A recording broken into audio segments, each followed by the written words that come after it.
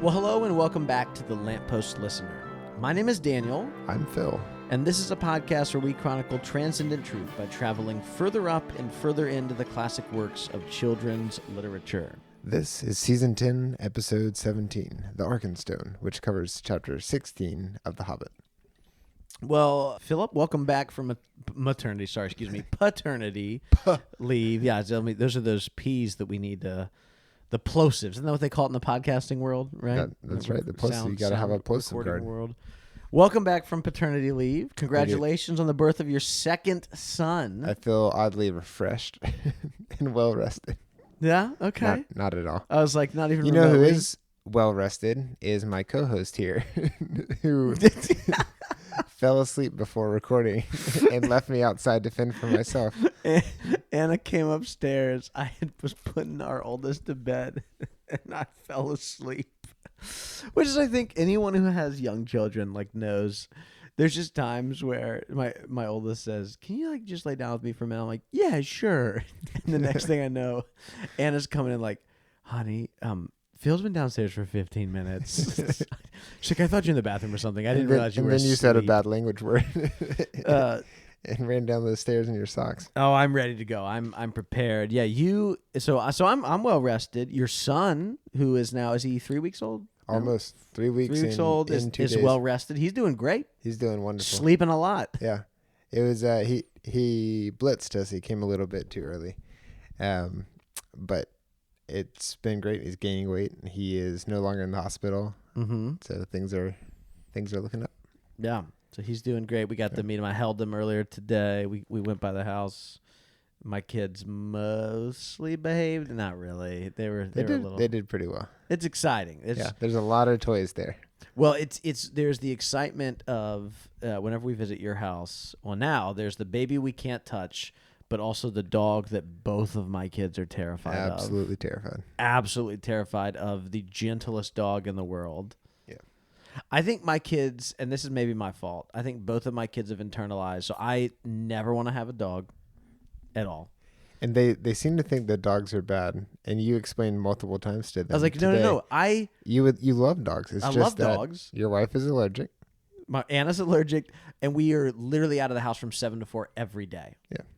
We both work away from home. There is no one at this house now. The burglars are good. This chapter's called "A Thief in the Night." The burglars are like, "All right, Daniel's house is free." Specifically, burglars who are really into fantasy literature. That's right. Yeah. Daniel's house is free. I was gonna tell my kids, no. We love pets. We just don't have one because mommy's very allergic to cats and dogs, so we don't have any cats and dogs. I don't really want to fish or anything like that. And you can save your emails. You don't have to tell me what other pets I should get. I know there's other dogs. They're high blood. It's just, we're also not home during the day. But my kids have internalized that we must not have a dog because they're all dangerous.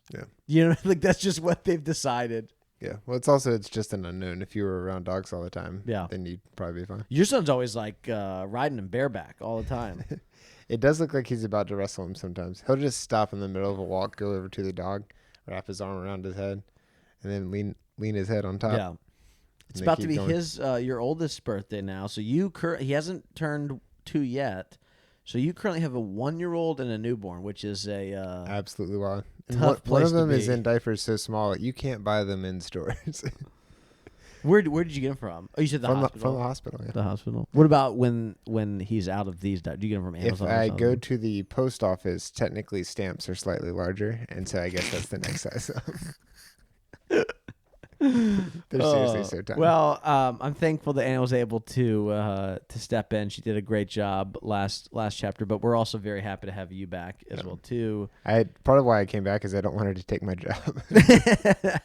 Well, you're back here for such a short chapter. I actually looked it up. This is the shortest chapter in the book. This was so delightful to prepare for. In my haze of doubled fatherhood. Did this remind you? I don't know if it did, because it certainly did for me. It reminded me of reading Narnia. It was a chapter I could read in under 10 minutes. Mm-hmm. Only 2 or 3 things happened. 2 or 3 big things happened in the whole chapter.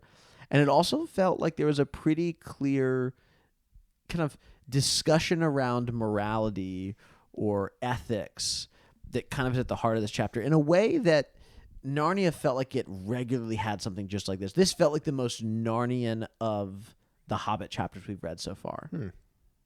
Yeah, I definitely see that, both in terms of length, but also some of the elements that were there. For sure. I'm excited for this, and we'll spend a good amount of time talking about what we should make of Bilbo's decision in this chapter, and whether or not this counts as a betrayal. So it's just an even chapter, though. So you've got the summary for us. Why don't you read us the summary, and then we'll dive right into this short chapter. After several nights, Bilbo hatches a plan. He takes Bombur's ship, and with him safely asleep, sneaks out with Arkenstone. A mist step alerts the elves to his presence, and he turns himself in, requesting to meet with Bard. 2 hours later, Bilbo hands over the Arkenstone and hopes that it will aid Bard in his upcoming negotiations with Thorin. The Elven King is amazed and tries to convince Bilbo to stay with them, but the Hobbit insists he must return to the group. On his way back, Gandalf appears before him and congratulates him on a job well done. Once back among the dwarves, Bilbo rouses Bombur and goes to sleep, forgetting his worries until morning. That's right. Dreaming of, what was it, bacon and eggs? Bacon and eggs. Eggs and bacon. Pork the and dream. beans. The dream of Bilbo. All right, well, let's start here in these first few paragraphs. Thorin is becoming increasingly concerned and looking more and more eagerly for the Arkenstone. The dwarves are spending all of their time piling and ordering the treasure. And while all of this is happening, and Thorin is getting more and more frustrated that they haven't found the Arkenstone, Bilbo has it wrapped as a bundle, being used as a pillow. He's using it as a pillow, which is... He's using it as a pillow. And as all this is happening, we are also, we meet or I guess we are reintroduced to our character, in the fourth or fifth paragraph here of the Raven, who says that, the dwarves are on the way. Remember, Dane from the Iron Hills, Thorin's cousin, is on the way here. But the Raven even says, this is really bad news. He's like, I don't think any of this is good for you. And he says, on top of that, the treasure is likely to be your death, though the dragon is no more.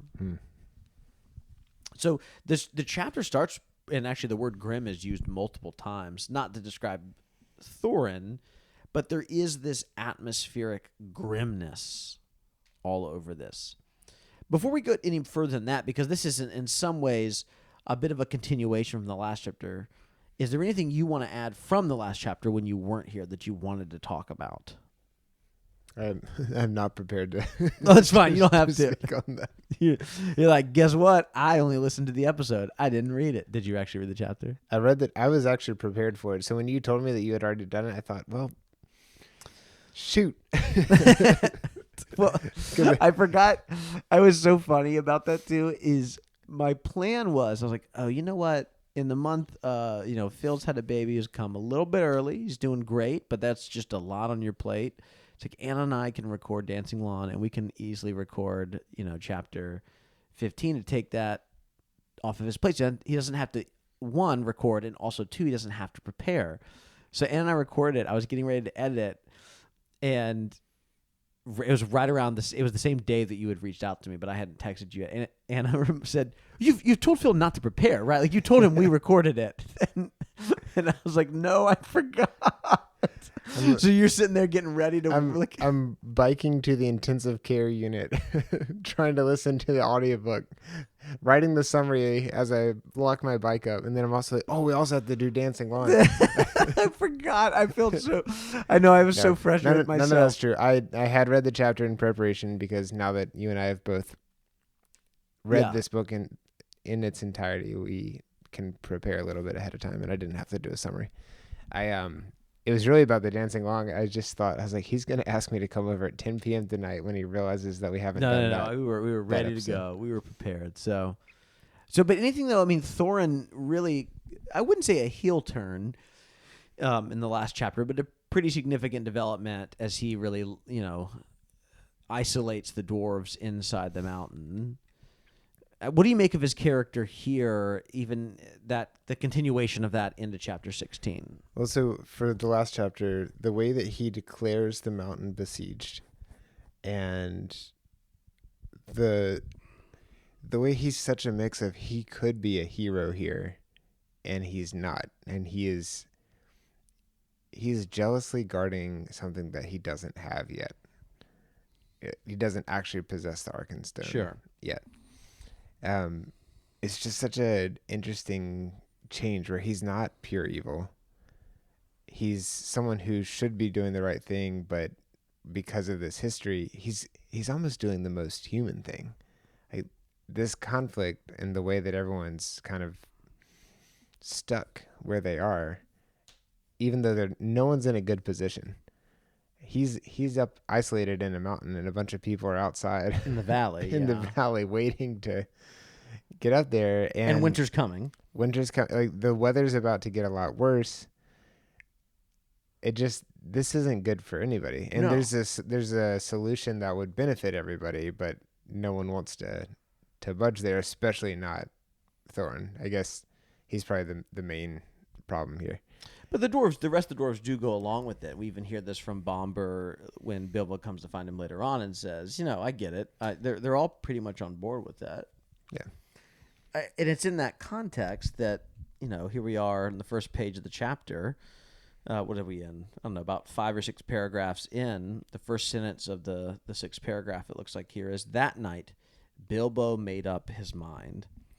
And what his mind is made up to do is he actually goes about, takes the Arkenstone, and his plan, which we'll get to, but I think we should talk about it here because his mind is made up early on in the chapter, is he is going to take the Arkenstone to Bard, who really is serving as, he's not a king, but he's serving as the leader of the men of Lake Town of Esgaroth. And he's going to take it to the king of the elves here, of the wood elves in Mirkwood, and he's going to offer it to say, look, Thorin cares about the Arkenstone more than anything else. If you want to be able to barter with him, if you want a bargaining chip, the thing that you are looking for is right here in my hand, and you can use the Arkenstone to end the conflict. Right. And there's, I guess, a couple of questions. The big question is this a betrayal? And I think the chapter, now we haven't gotten to next chapter where Thorin will 100% take this as a betrayal. Mm-hmm. Tolkien, as the narrator here, doesn't, in my opinion, does not quite give us a clear opinion on whether or not we should take this as a betrayal. Mm-hmm. Bilbo himself seems to waffle back and forth, as in, like, yeah, I am kind of betraying him, but also he's a bit lying to himself. So let's kind of walk through this in a couple of steps. I'm gonna tee you up here. You kind of give me an idea of how we are thinking about this. So first, multiple chapters back, Bilbo gets the Arkenstone. He finds it when he goes in Inside Information. I think that's chapter 13, maybe 12, 13. There he goes in. He gets the Arkenstone, and he takes it. Is that right or wrong?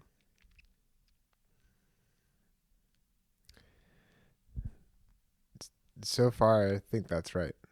That it's fine that he just takes it. Yeah.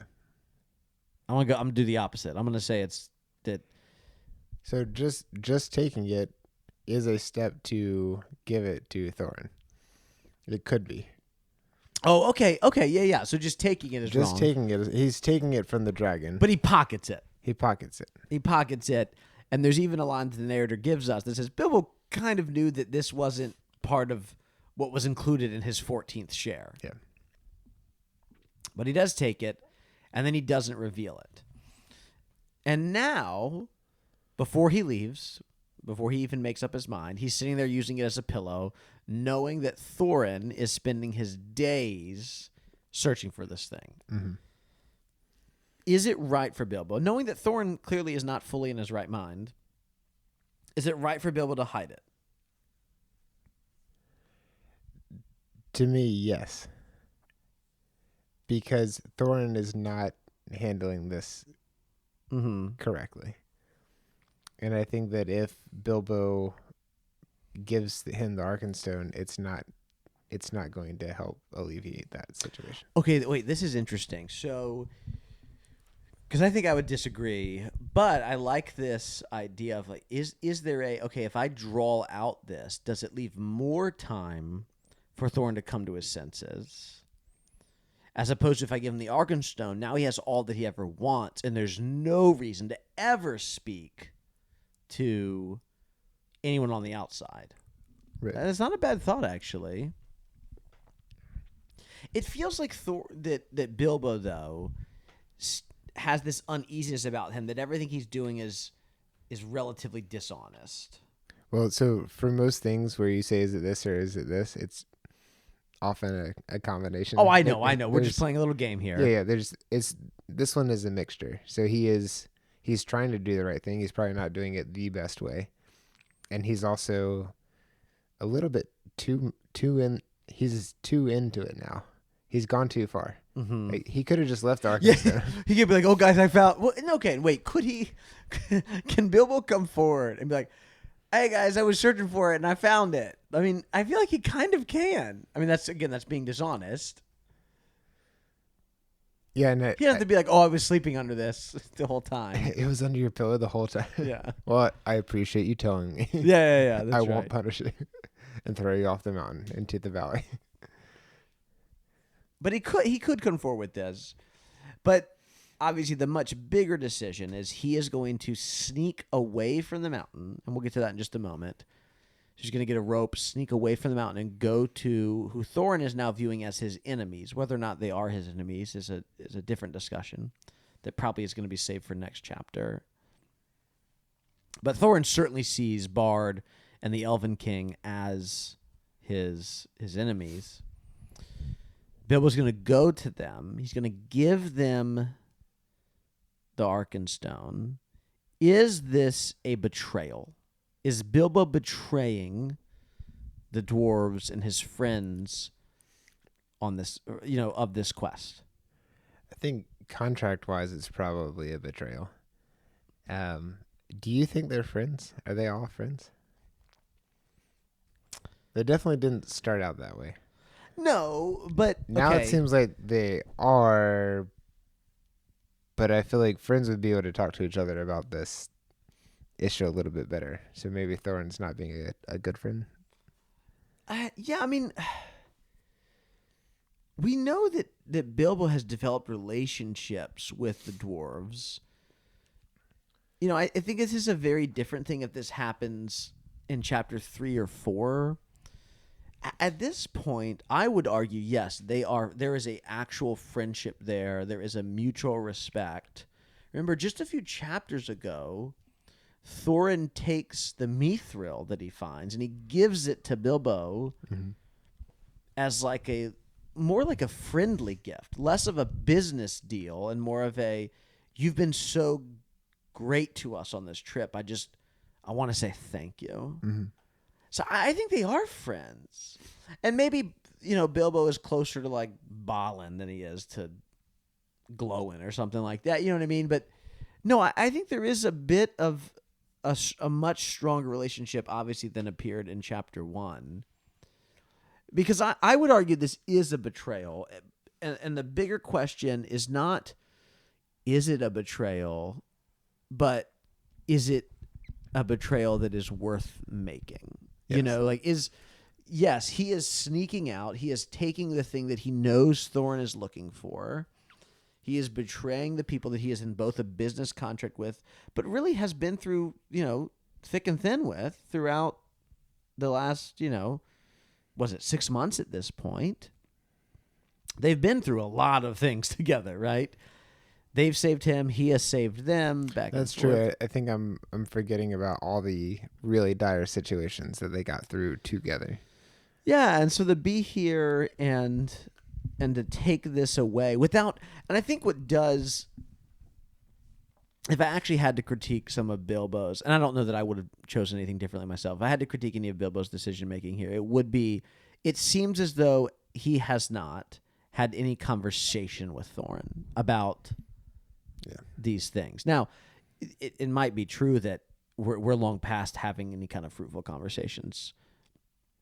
It might be that Thorin's behavior has made it so clear he will not listen to any advice that isn't isolate yourself in the mountain, that it's not worth having anything. But for all we know, Bilbo hasn't done that. But I do think it's probably the right decision that's made. And I guess as we get through more of the chapter, we'll hear that. So, I would say, yes, Bilbo is betraying the dwarves, but I think for the sake of everyone, that betrayal is necessary. It needs to happen. Yeah, I'd agree with that. Technically, he is betraying the group, but he knows that it has to be done. So Bilbo, let's get back into the story. So Bilbo goes to Bomber. Bomber's keeping watch at night. And Bomber's hungry. He's tired. There's a lot of things. And Bilbo was like, how about this? Look, you go take a nap, and I will stay up and watch. So again, a little bit more dishonesty here. Bomber obviously loves that. And there's a line here that about how he's trying to dream those sweet dreams. I love that he's trying to get back those dreams that he once had. We're told that he falls asleep pretty easily, and he's always trying to recapture the dreams that he had after falling into the lake in the middle of Mirkwood. And so as Bilbo sends Bomber back inside, he falls asleep. Bilbo gets a rope, and he climbs down, and then just as you mentioned, he takes about an hour or two journey towards the camp of the men and the elves, and he falls in the water on the way there. I was a little unclear. It says that he's fording it. So is he just walking in the water, maybe like, I don't know, a foot deep or something like that, and then he slips and falls? Yeah, it sounds like it's a stream. Yeah. And in case it matters, I didn't think he was walking for 2 hours. I think it's much closer than that. You think so? He meets the elves, and then a couple hours later is when he finally is meeting with Bard. You're right. So And maybe it's not as long of a walk. It's like but we I'm need to also find curious Bard. what led to that 2 hours to find Bard. Is he in a completely different part? Maybe. Do they have no lights at all? You're right, because it's probably not super. They probably don't need to be right at the bottom of the mountain, but it's probably closer than that because, it's not a very good siege if you can see. If no one knows you're there. So Bilbo falls in the water. The elves kind of say, "Who's there?" Bilbo pulls off. Oh, he gets. I love this. He's so indignant because the elves say that was no fish. There's a spy about. Hide your lights. They will help him more than us. If it is that queer little creature that is said to be their servant. And Bilbo's servant like, indeed. He's so frustrated. He yanks off the ring to be like, I'm not their servant. He doesn't say that, but he does say. And then he sneezes, and that's what gets all the elves to gather around. So he does say, I'm here. He says, I'm Mr. Bilbo Baggins. I do work with Thorin. He says, my business is my own, but I need to speak to both Bard and to the Elven King. And just like you said, actually, why don't I go ahead and read those 2 paragraphs there? Here's what it says. That is how it came about that some 2 hours after his escape from the gate, so you're right, exactly, he didn't walk for 2 hours, Bilbo was sitting beside a warm fire in front of a large tent, and there sat 2 gazing curiously at him, both the Elven King and Bard, a hobbit in elvish armor, partly wrapped in an old blanket, was something new to them. Really, Bilbo was saying in his best business manner, things are impossible. Personally, I am tired of this whole affair. I wish I was back in the West in my own home, where folk are more reasonable. But I have an interest in this matter, 1/14th share to be precise, according to a letter, which fortunately I believe I have kept. He drew from a pocket in his old jacket, which he still wore over his mail, crumpled and much folded, Thorin's letter that had been put under the clock on the mantelpiece in May. And so Bilbo comes forward. He tells them this. What's the response that he first gets? Well, at first, he's kind of explaining just how stubborn Thorin Oakenshield is going to be, and that he is willing to sit on a heap of gold and starve. And then Bard's response is a different kind of stubborn. He thinks just let him do that. Yeah. Long term, that would kind of work. If they wait long enough for Thorin to die, then they could go. That's right. Get all this stuff. So it's not the best plan for the dwarves. Not a good plan. And in all of this, Bilbo also says, well, also Dane of the Iron Hills is on his way here too with about 500 dwarves, and they know how to fight. They fought during the Goblin and Dwarf Wars, and they're prepared for this. And Bard's response is really interesting here. Bard says, why are you telling us all of this? You know, he's like, are you... And he gives these two options. Yeah. Are you betraying your friends, or are you threatening us? And Bilbo, and maybe he would reject the question I asked earlier about, is this a betrayal? Says, really neither. I just want this to end. Yeah. And I think that is true. Because we're in chapter 16 after all. Yeah, he's like, there's only 3 chapters left. And I got to get all the way back to Bag End, you know? We get set up for the next that's right. next several stories. But Bilbo doesn't see what he's doing as a betrayal as much as saying, look, and I love this. We talked about this, Anna and I did in the last chapter. You know, the dragon is dead. The treasure has been reclaimed. The story should be over, right? The fairy tale of it all is over. And yet here we are kind of in this like stalemate. Yeah. And Bilbo seems to have this like childlike innocence at the story. I don't mean innocence in a pejorative way here. I mean it in actually more of a respectful way. It's like, look, the evil thing has been defeated. Why is there still conflict? Right. I just want the conflict to end. We won. The dragon is dead. The treasure is available. Why can't we just, whether it's divvied up and just go on our way, or just we even just leave on our own? And I think what's really important here, and Corey Olsen points this out too in his book, is Bilbo in the midst of all of this, as he gives away the Arkenstone, because it's right in this moment where he actually pulls out the Arkenstone. He shows it to Bard. He shows it to the Elven King. And even we're heard as he brings it out, he's willing to say, I will give you this Arkenstone and count it as my own share. I'll count it against my own claim to anything I have in that mountain. Bilbo is willing to give up any gold, any treasure, any reward from this entire adventure. Because he wants this to end. Because he wants it to end. Which is incredibly honorable for him to say, I am willing to actually sacrifice my own literal gold here, my own treasure, for the ending of this conflict. Right. To me, this is the difference between a peacekeeper and a peacemaker. He is willing to take this risk, take this extra step in order to get things unblocked and moving toward a resolution. Yeah. Instead of just, well, let's just keep everybody where they are, and if they don't talk to each other, then there's no conflict. And Bilbo too, even get the line was, as he says, this is the Arkenstone, he gives it away. The narrator tells us, then Bilbo, not without a shudder, not without a glance of longing, he handed the marvelous stone to Bard, and he held it in his hand as though dazed. So this is not I'll just give away the Arkenstone. It doesn't really matter anything to me. No, we're told that there's a longing. This is a hard thing for Bilbo to do. Right. But he's still willing to give it away. He's still able to do that. To me, this trait is a big reason why Frodo was able to carry the ring for so long. To be able to push past that. Clearly, the dwarves are not able to push past that. No, not at all. There's just no way. And based on some of what we're seeing from the elves, I think the thing that's holding them back is they know that's not theirs. Mm-hmm.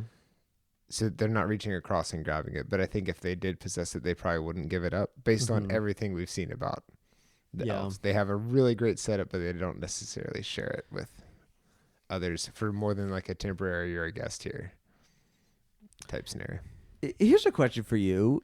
You just mentioned the One Ring. I read some commentaries. Before I tell my opinion on them, I want to hear yours. That said that Bilbo feels Bilbo's ability to quote unquote betray the dwarves here is something that is strengthened by the influence of the ring on him. Do you think that the ring plays any role in his decision making here? Honestly, no, I don't. I don't either, actually. And there are a couple of reasons. One, from a outside of the book perspective, I don't think that Yeah, that's actually a place. really wise thing. Yeah, Tolkien isn't thinking about that. He doesn't know about that piece yet. But also, I just don't see any. There's nothing to support that in this book. He's using it to become invisible and to move around, and that's just kind of it. It doesn't seem to match for me. And if you think about let's take the larger context of the world of Tolkien's Legendarium. Sauron, when he creates the ring, pours into it, all of his malice, all of his cruelty, all of his will to dominate. Well, that's exactly the opposite of what Bilbo's doing here. Mm-hmm. This is a selfless act. And by the time the chapter's over, Bilbo's going to go back to the dwarves because of the obligation he feels to them as both friends and as his business partners. Everything he's like, I don't think the ring has anything. Actually, I really would disagree strongly. And I read some smart people saying that, and smarter than me. But I actually just really pretty strongly disagree that the ring is controlling him or has any impact over him here, even outside of the meta-narrative of, well, yes, Tolkien knows this is part of his Legendarium, but he's not thinking about it quite the same way. He's not thinking about the ring in the way that we're going to think about it, having read The Lord of the Rings. But even if that was the case, even if this book was written after the fact, the ring isn't acting that way on Bilbo. Bilbo he is legitimately hoping to end the conflict, not just so that he can go back to his own hobbit hole, but actually because he seems to legitimately care about his dwarven friends, and he knows that they're in the wrong here. Not to again to say, as Anna and I talked about in the last chapter, that the elves and the men are doing everything correctly. Right. But he's saying, look, all of y'all are really squandering. The Lonely Mountain was great because of its relationship to the other Neobride towns, particularly Dale. And it can't be great once more without a relationship with other people. And maybe the Arkenstone can help build or reestablish that relationship. There's also this beautiful element to once he talks to Gandalf shortly after this, as he's on his way back from talking to Bard and the Elven King. Mm-hmm. So I want to make sure who's advising the Elven King. Sorry, this is before Gandalf. The Elven King is advising him to stay. Yeah. He's like, he tells him really quick before that. He even says, you're more worthy to wear this armor than many elf princes. The Elven King is really... Yeah, and that is not... He doesn't give all those kind of compliments easily. Not just handing this out. He's not even telling us his name. So he says that, and Bilbo has this opportunity to do the easiest thing. He doesn't have to go back. Mm-hmm. But he does, and the reason he gives is that he doesn't want to leave his friends like this after everything they've gone through together. But also, he promised to wake Bombor up. He's going to keep his promise. So to me, this feels very different than betrayal.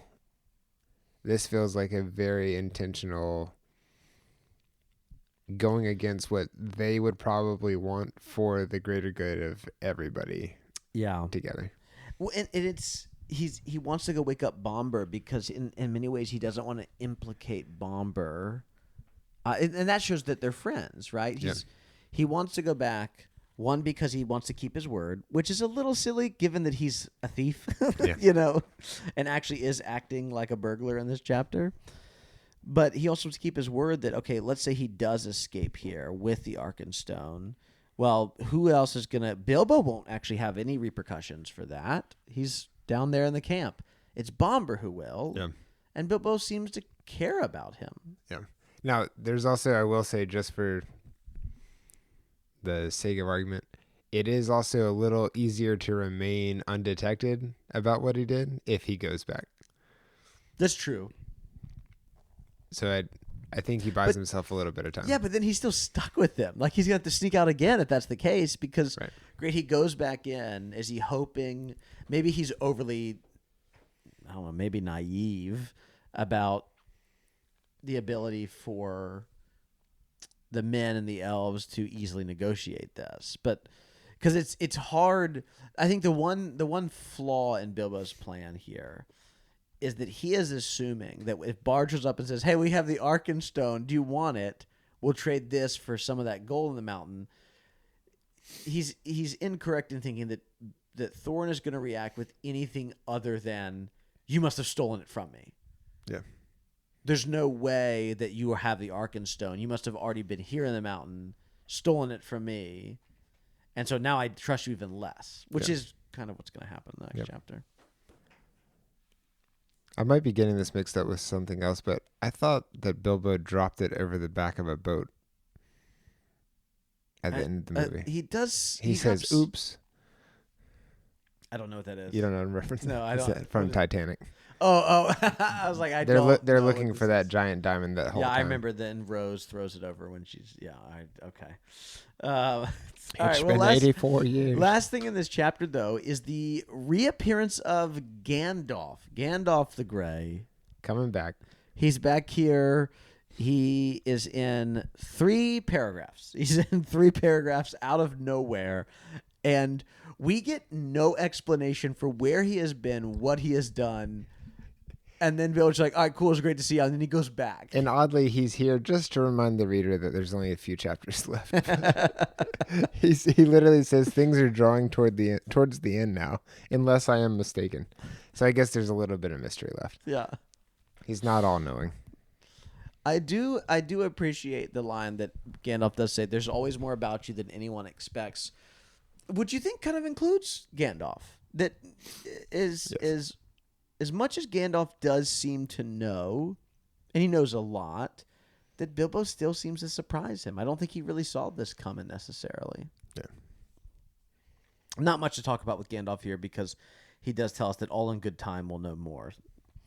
Any final things here as we go back? I want to say one thing too, and this is something actually Corey Olsen pointed out, is to give an idea of the kind of character that Bilbo is, because I really think after being mostly absent from the last 2 chapters. Hey, I was on leave. No. The Bilbo being absent Bilbo, okay.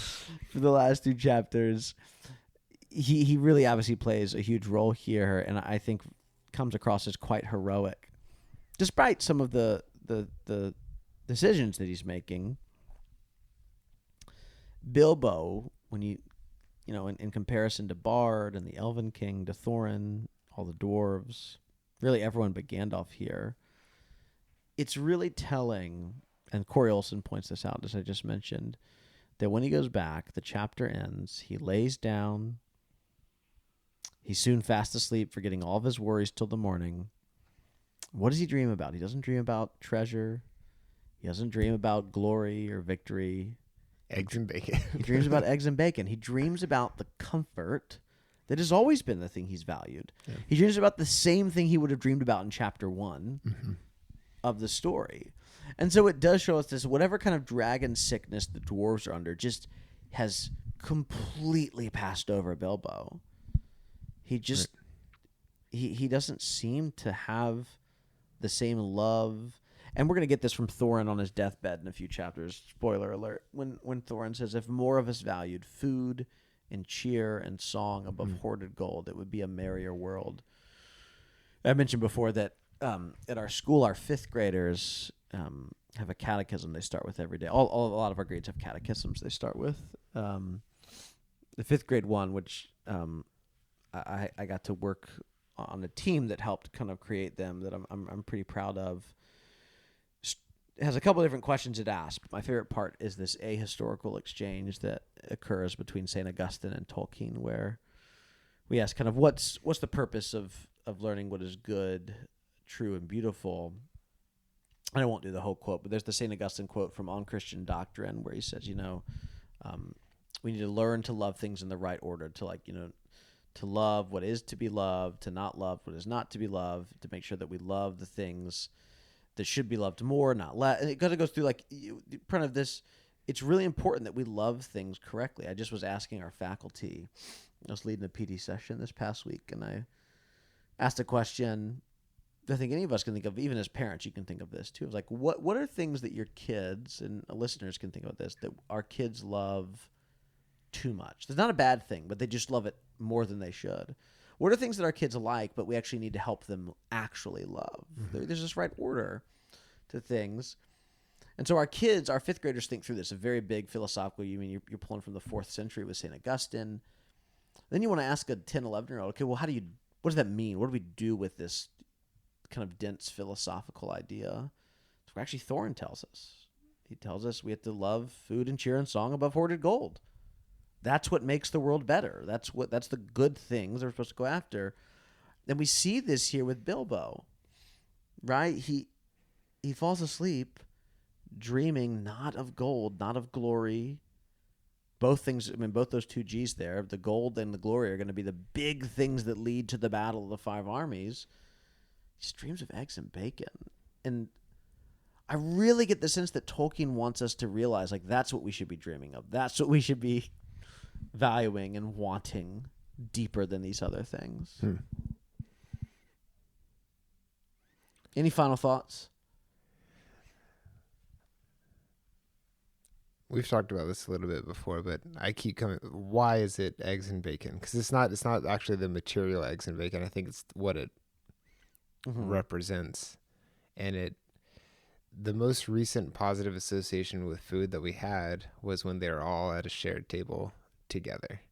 And I think that to me is a deeper level of comfort than just eggs and bacon by yourself.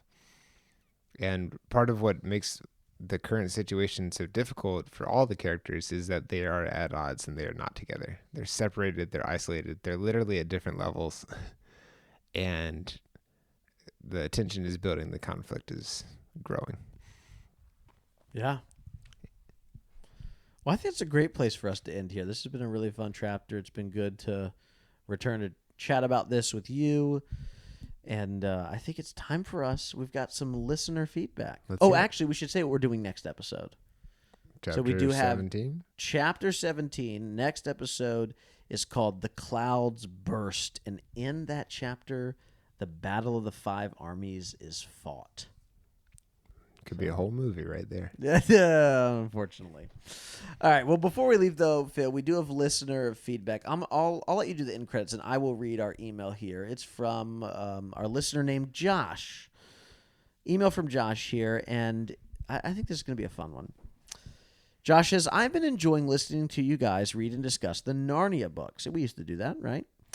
I have been reading them to my kids at night. Unfortunately, they sleep in separate bedrooms, so I'm on the 3rd read-through of the series this year. Let's pause for a second. I'm actually getting excited to reread them now that my daughter's old enough to really go through this too. So that's frustrating sometimes, but also exciting other times. And just a little tip there, you could put your chair in the hallway and speak slightly louder and hit both rooms at the same time. There you go. We have, I will say, my daughter now comes into, we all... We just do it in my son's bedroom, so that's kind of family reading we read a lot of time for fun. I thought about cutting a little window, like a drive-through window that you can slide open. There you go. That's great. Have a conversation. Is that what the drill was for in your house today? The what? The drill. You're just making those in your between your bedrooms. Make a place for the wires to go through. Yeah. No, we've started gathering in my son's room whenever we read before bed, which has been fun. Yeah. So and Josh, sometimes after bed, which is why you were upstairs. That's right. All right, back to Josh. He says, I enjoy listening to your podcast the next day and getting a more in-depth discussion that I can have with my children. Feels like being part of the book club. I love that. That's great. That's so fun. Josh says, I was curious if you have thought about doing a series on the space trilogy. Particularly while I was reading Paralandra, I felt like my understanding would really benefit from an in-depth discussion. Unfortunately, I don't know anyone else who has read it. Also, you mentioned teaching the Odyssey and the Iliad to your 5th graders. Is there any particular edition that you would recommend to that age group? I have a 6th grader who's gotten really into the Percy Jackson series, and I think he would appreciate more mythology stories. Thanks, from Josh. Excellent. Well, thanks, Josh. What a great email. To answer the last part first. Yeah, why don't you do that part first? Black ships at Troy. Before. before Black Ships. No. Black Ships before Troy. Black Ships Before Troy is the version of the Iliad. Correct. That is illustrated by the same person who did some stuff for Lord of the Rings. Is that true? I think so. I only remember the author's name. So it's Rosemary Sutcliff. Yes, but the illustrations were. I think it's a similar style. I think it's the same person who did a lot of concept work for Lord of the Rings. Maybe like Alan Howe or Alan Lee. No, John Howe and Alan Lee and Ted Naismith are the three people that were like really big Lord of the Rings artists. Yeah. So that's the one that Daniel recommended to me years ago, because I also had a similar question. How in the world is Daniel teaching this to such a young age group? And I'm having trouble reading, the kind of the Fagles translation, which is understandable because it's just not written for, it's a popular book, but it's not written to be consumed the way popular writings from today are. So that book really helped a lot. There's also some pretty excellent illustrations to go along with it. Yeah. And then he didn't ask about this in his email, but I found it helpful to be able to read Seamus Heaney. Is that how you say it? That's Beowulf, though. Right. But Beowulf is also one of those things that you were teaching to a younger age group. Yeah, I think the combination of those two, which are very different time periods, very different things, but those two together gave me enough to get going to understand at a, I guess, lower reading level, and then start attacking the bigger versions. I love that you answered that for me too. I think that's great. Yeah, just so to reiterate, because that's exactly what I was going to say, Josh.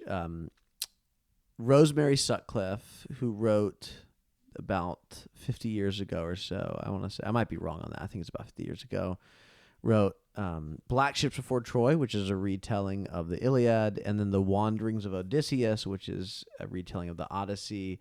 I think are phenomenal. So they're not in verse; they're prose translation, and they recapture a lot of the beauty of the text still. And actually, what I really like about them too, and because I have one more recommendation as well, is they're still old enough that they're like, I actually don't want when someone reads the Iliad or the Odyssey for it to feel modern. I don't want a modern translation. The story is millennia old, multiple millennia old. It should feel foreign, and it should feel old and ancient. And one of the ways to actually do that is like Rosemary Sutcliff. It was written 50 years ago, so you got a little bit of that. But then I think she is really trying to use a little bit more archaic language in it, not inaccessible, still very accessible, but it just feels a little bit further away from us, which I like. On top of that, too, I'd also highly recommend friend of, not the show, but friend of C.S. Lewis himself, Roger Lancelyn Green, who really encouraged Lewis to publish the line The Witch in the Wardrobe. He wrote The Tale of Troy, which is phenomenal as well, too. I did not use that one just really no other reason than I liked having the other one kind of be in two versions, and the length fit better for what I was teaching. But A Tale of Troy by Roger Lancelyn Green is also phenomenal. It's old. It has the weight of the language. It feels, again, foreign, but still accessible. And then Green also has The Tales of Greek Heroes. And those are like Puffin classics. So kind of like Penguin classics, but Puffin classics because they're for kids. So yeah, it's so fun. Yeah, those are really good. Green has Tales of Ancient Egypt as well. He does The Adventures of Robin Hood. All the lights in my room just turned off on us, Phil. They slowly faded, and now we're in complete. I wasn't paying attention because I was so excited to talk about these books. You talk a little bit more. I'm holding on to my wallet until I get safely I'll turn the lights on. It's 10:30 p.m. So I have the lights in my house turn off at 10:30 to tell me it's time to go to bed.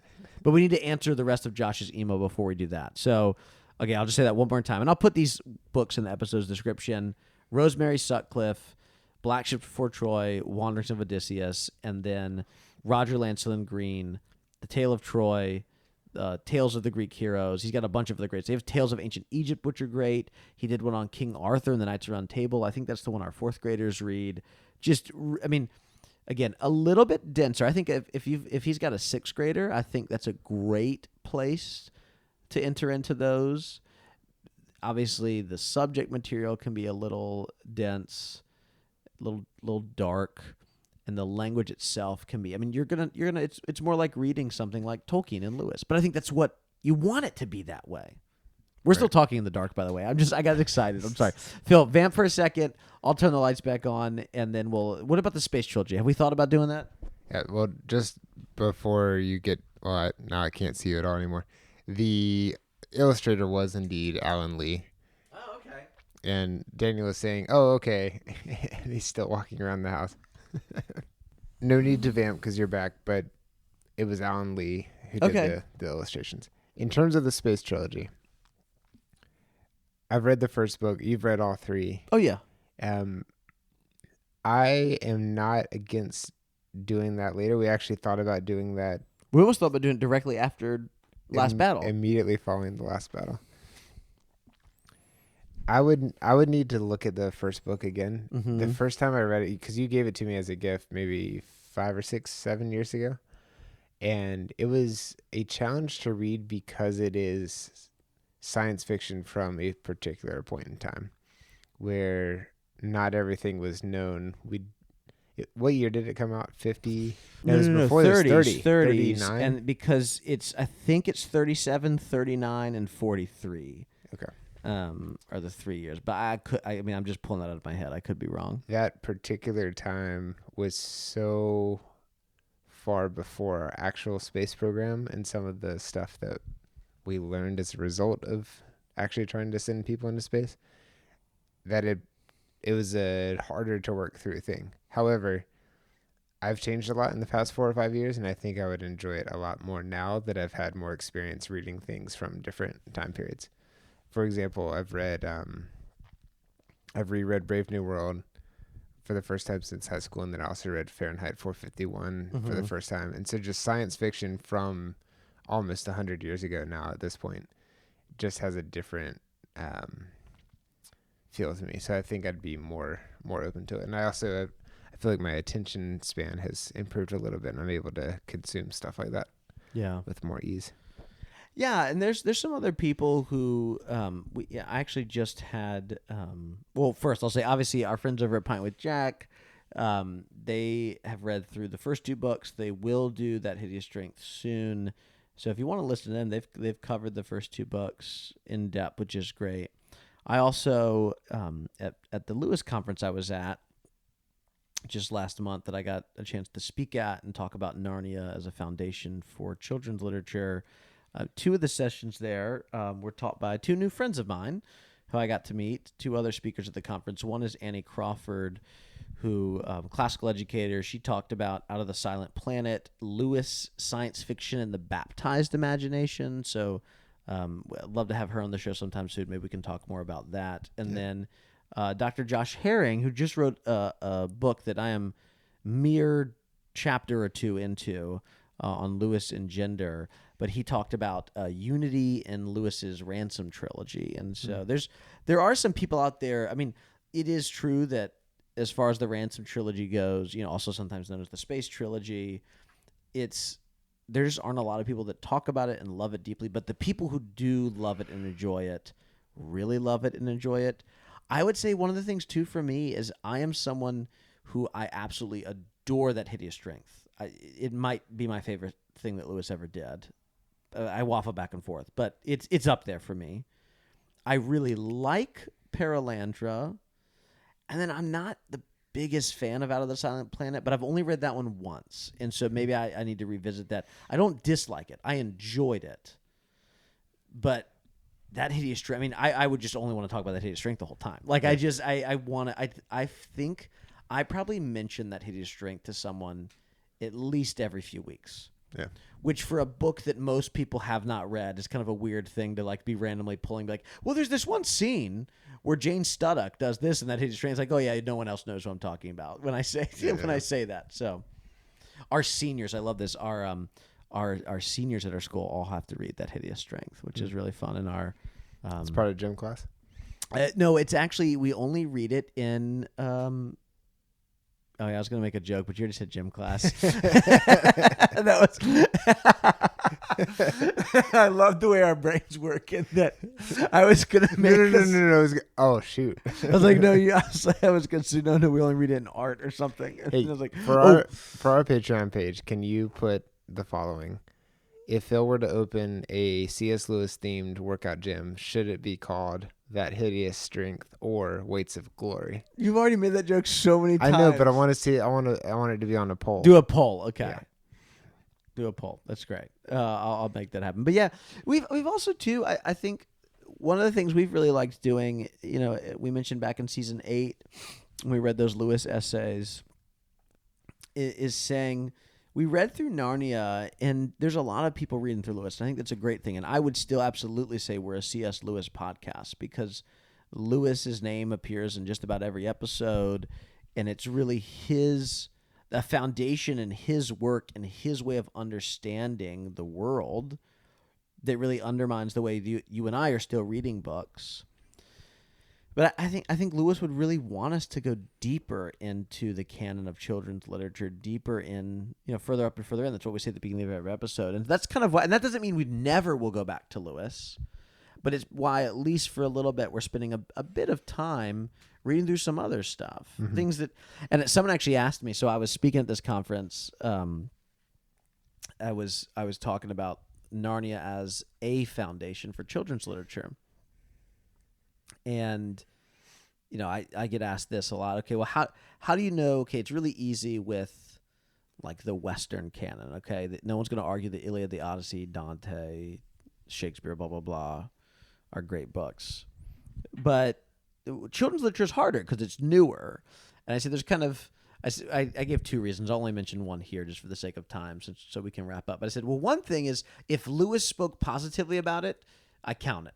Like that legitimately. If Lewis spoke, every book that we have read so far, and this will be true of, we haven't announced it yet, but the book that we're going to read next season are all books that Lewis positively wrote about and that he says influenced him. Mm-hmm.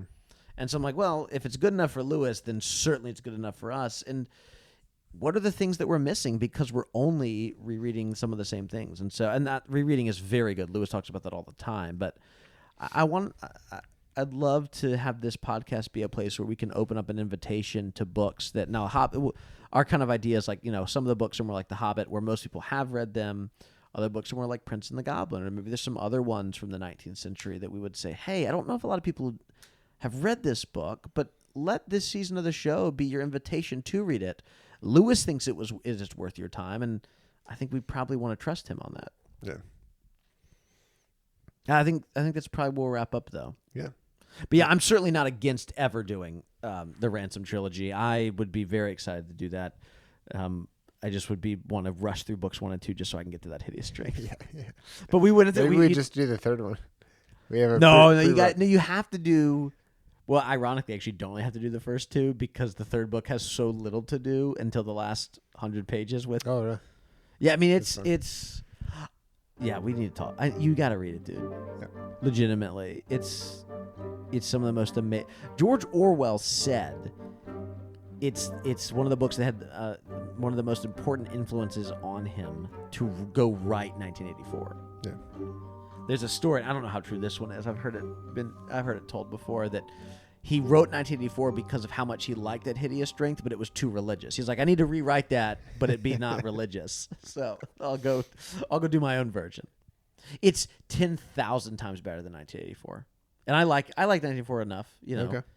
I don't like it as much as I did when I was 17, but it's still good. Yeah. It's better than Brave New World. It's better than Fahrenheit 451. It's the greatest kind of in that genre of fiction. There's nothing better. Yeah. Interesting. So that'd be 198,400 for what? Oh, stop that. All right. That math's not right. It's too late. It's too dark. No, there really is. I think it's the best dystopian thing I've ever read, and it might be the best thing that Lewis ever did. Best dystopia is an interesting concept.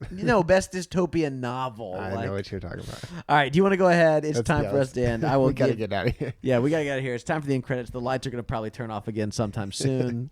Well, Josh, thanks for the email. We That's great. No, Josh, great question. And I hope, let us know too, Josh, if you decide to pick up one of those books and read them with your kids, let us know. I want to hear which one y'all picked up and kind of how it went. That I really and truly I would love a follow-up email on that. Yep. This episode is made possible by our patrons over at patreon.com.